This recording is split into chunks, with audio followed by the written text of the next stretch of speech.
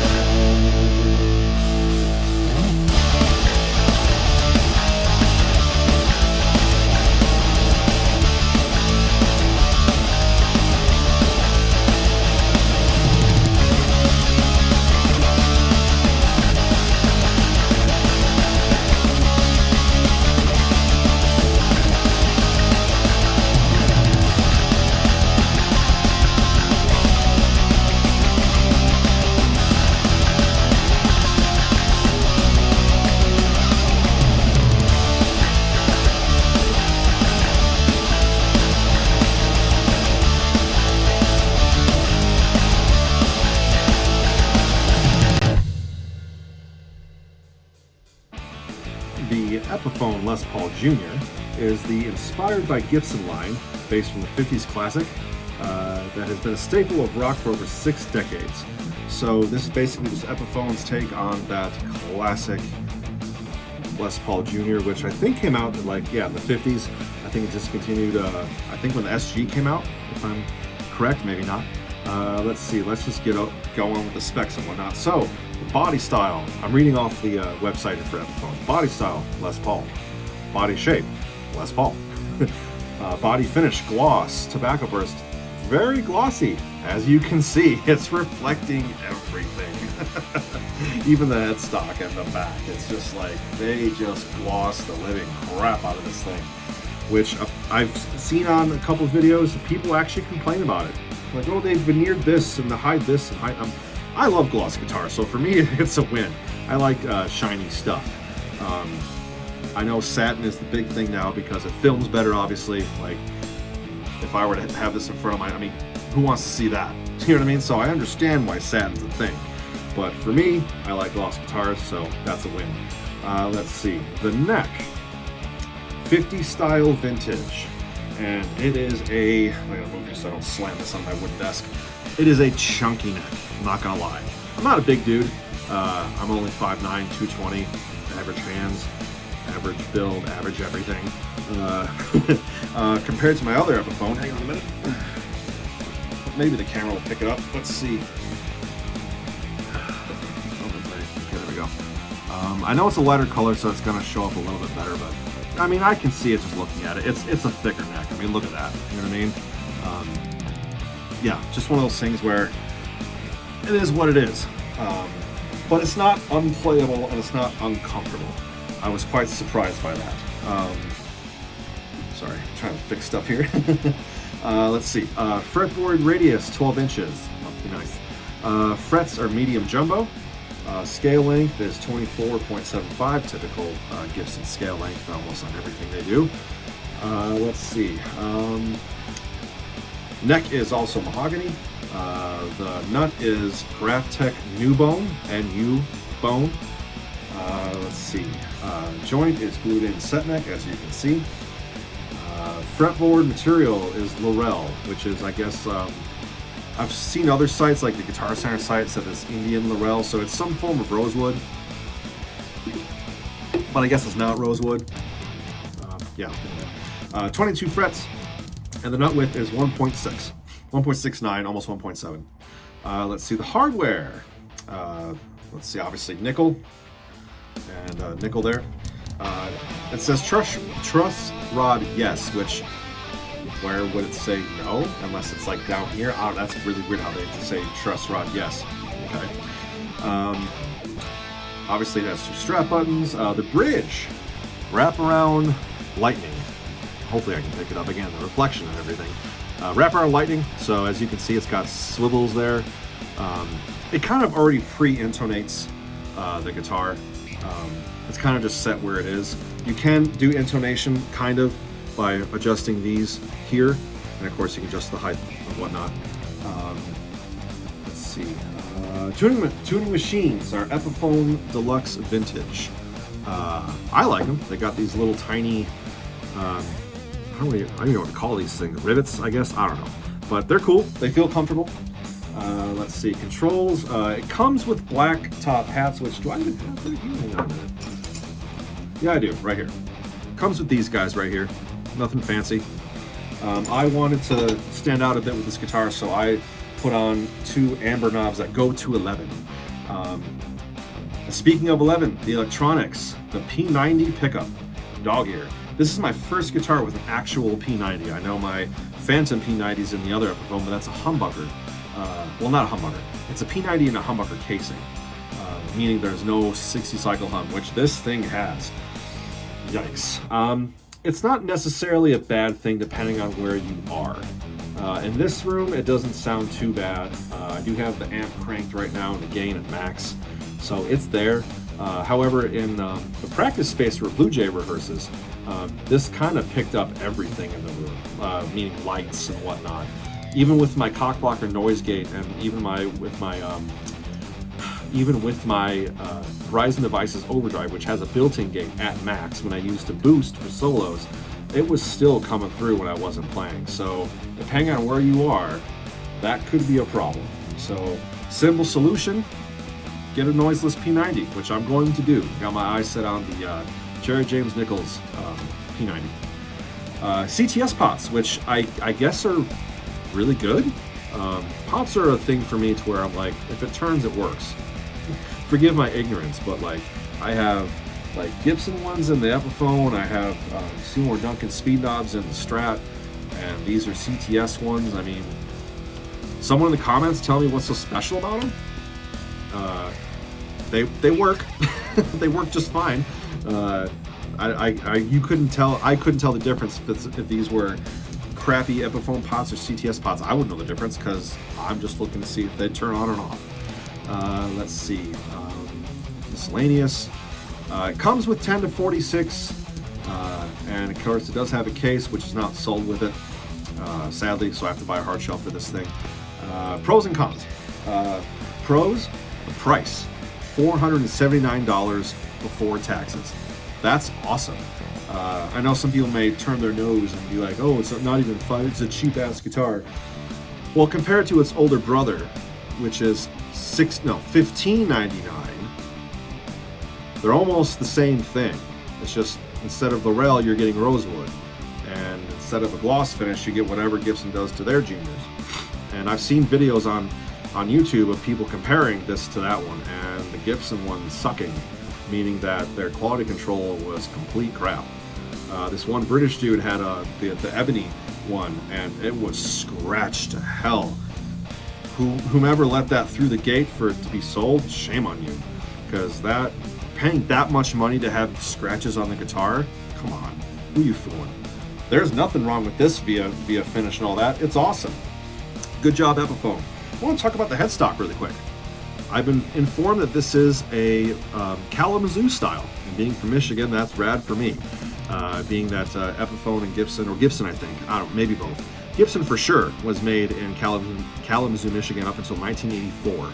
I forget the year they started. It could have been from the get-go, but definitely was in the 50s and 60s when they started making Les Pauls and SGs and Juniors and blah, blah, blah. So I think that's cool. My other Epiphone has a Gibson open book. And really quick though, I want to thank, what's her name? Let me go to my page really quick before I forget. Where are you? Somebody added a comment on here, which is cool.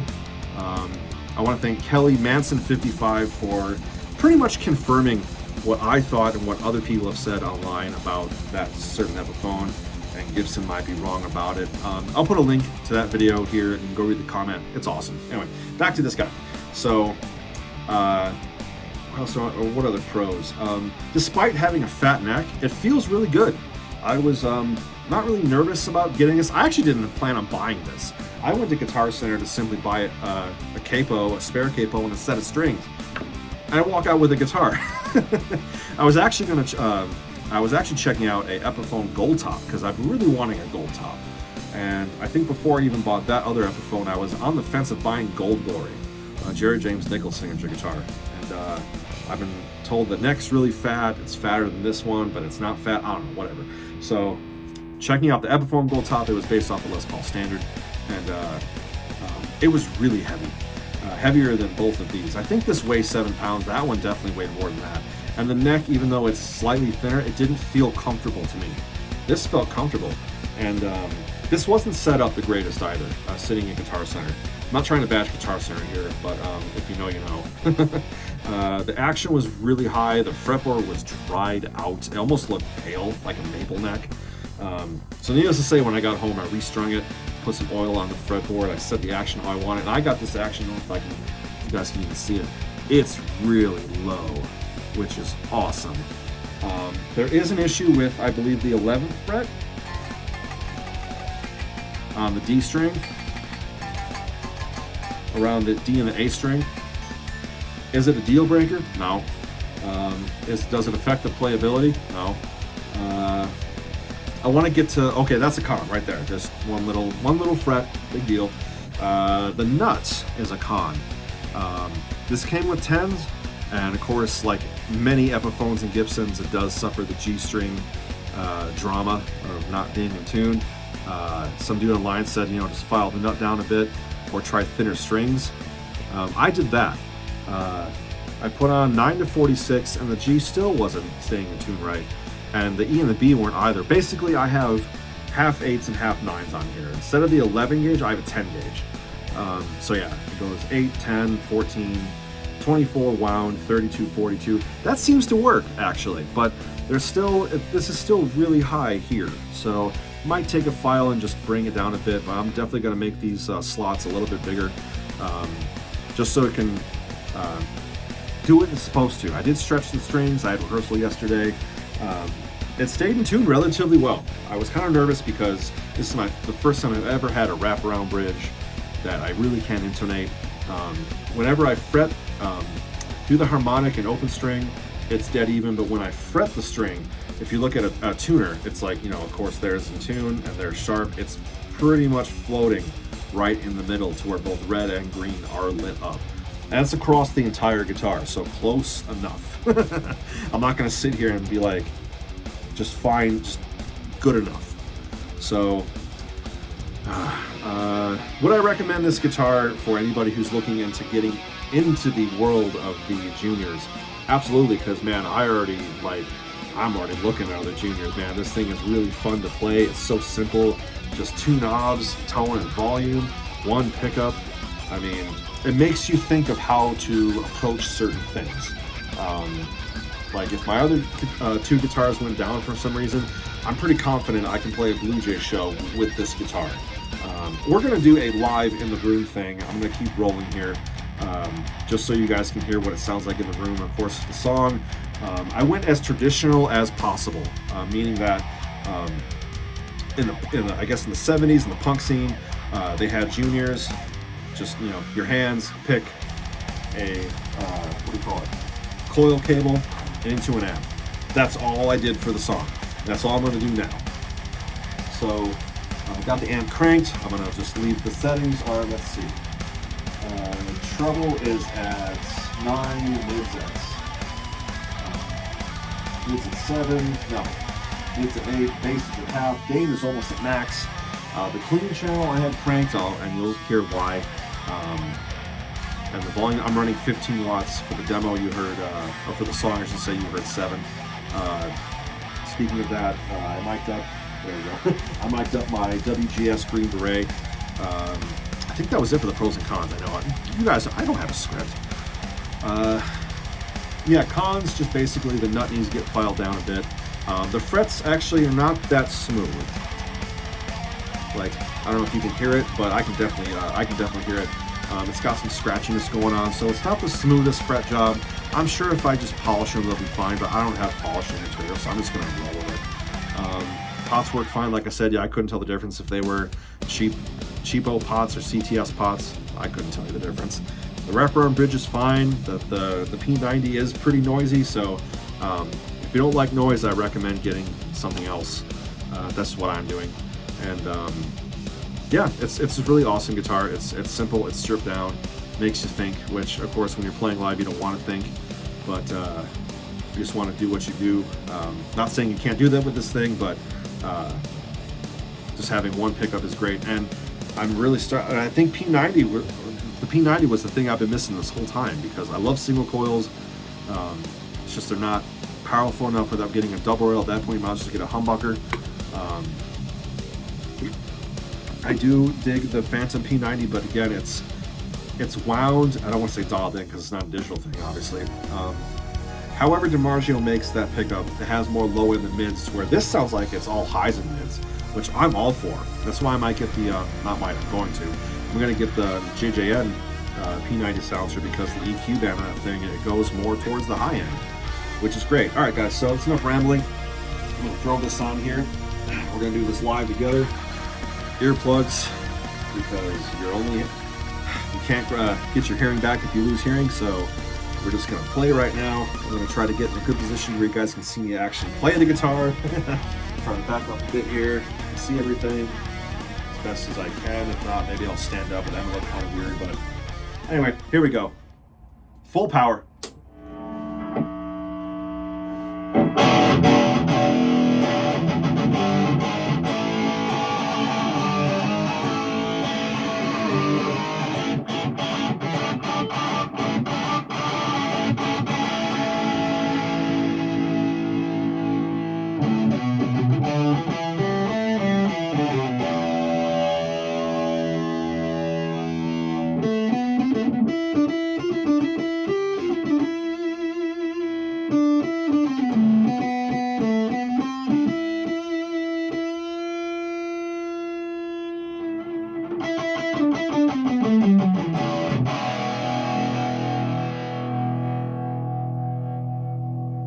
Volume is about half.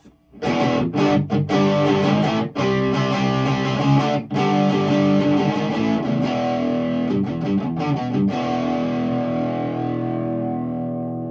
little lower.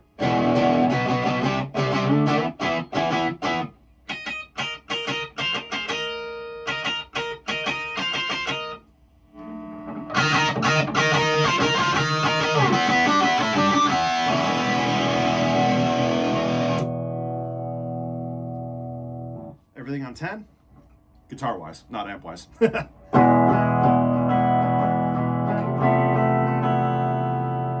roll the volume down a bit.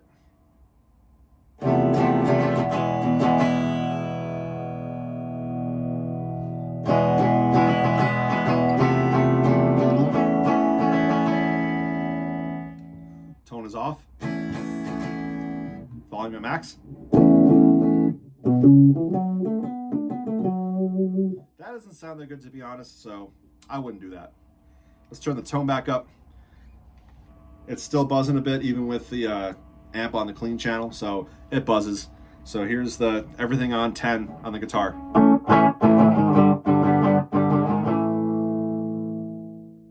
Volume's about half.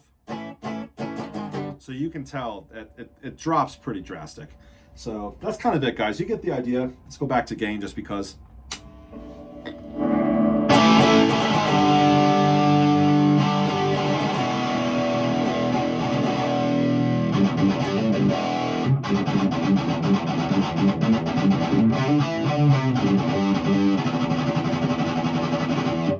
Nice thrashy pick scratch sound going on there.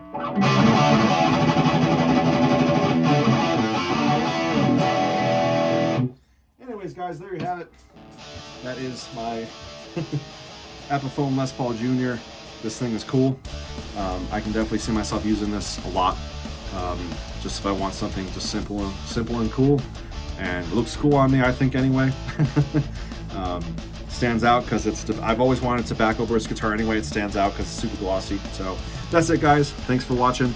I think the next demo is going to be on the Seymour Duncan JJN silencer P90 once I get it. It's going to be in cream color instead of black. I think that might look kind of cool, make the guitar look like a big old cup of coffee. Anyways, guys, thanks for watching. Hit subscribe and that bell. We'll see you soon.